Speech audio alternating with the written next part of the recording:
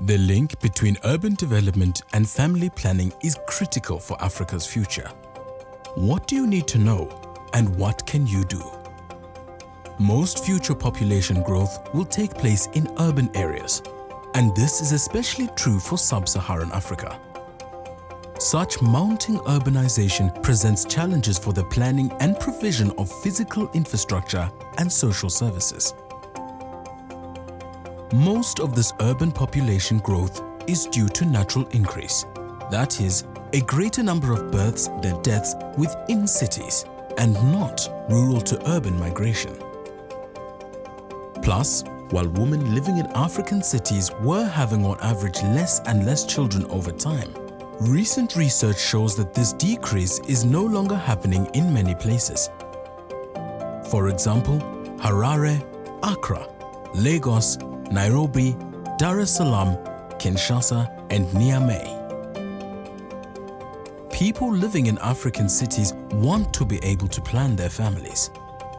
City populations tend to be younger than in rural areas, and millions of urban women want to space or limit their births and yet can't get adequate access to reproductive health services. This is called unmet need and ranges from 1 in 10 in Zimbabwe to 4 in 10 in Angola. Recent research shows that about 1/3 of women in a low-income settlement in Kampala, Uganda, have unmet need. In Kenya, 3 in 10 women face unmet need in slum areas, more than double the level for urban women overall.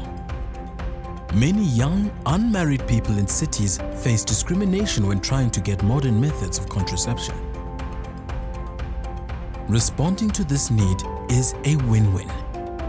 Family planning is an underappreciated way of promoting productive, sustainable, and equitable development in urban Africa. And there are yet more wins.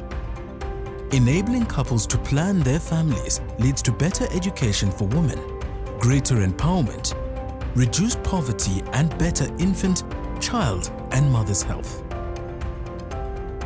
But can we afford it? Family planning is a low-cost way to promote urban economic development, gender empowerment, and city resilience. The average direct cost of supplying a modern, effective contraceptive to a couple in Africa is about $8 a year. Less rapid expansion of cities makes it much easier for city officials to plan for long-term investments like infrastructure and waste removal. When cities grow very fast, it's difficult to provide these basic services, especially to the poor. Cities are seen as an engine of development as shown by the adoption of the standalone goal, SDG 11 on cities and communities, make cities inclusive, safe, resilient, and sustainable. Action to support urban family planning choices enables us to meet this goal and moves us towards the realization of the African Union's Agenda 2063, as long as we act now. There are great success stories in Africa where mayors have led the way in supporting family planning for positive urban development. For example, local governments in more than 70 cities across 9 countries in Africa have partnered with the Challenge Initiative to scale up high-impact interventions in family planning for the urban poor.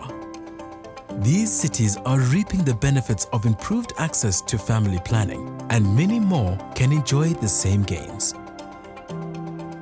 Sustainable urban development is possible if decision-makers in Africa work with reproductive health experts to understand and meet a city's family planning needs. This information and action will help to provide quality services such as clean water, waste management, and overall infrastructure to all city residents. Follow the example of leading cities by joining inspiring initiatives and strategic partnerships. Your leadership can maximize the power of family planning for urban development.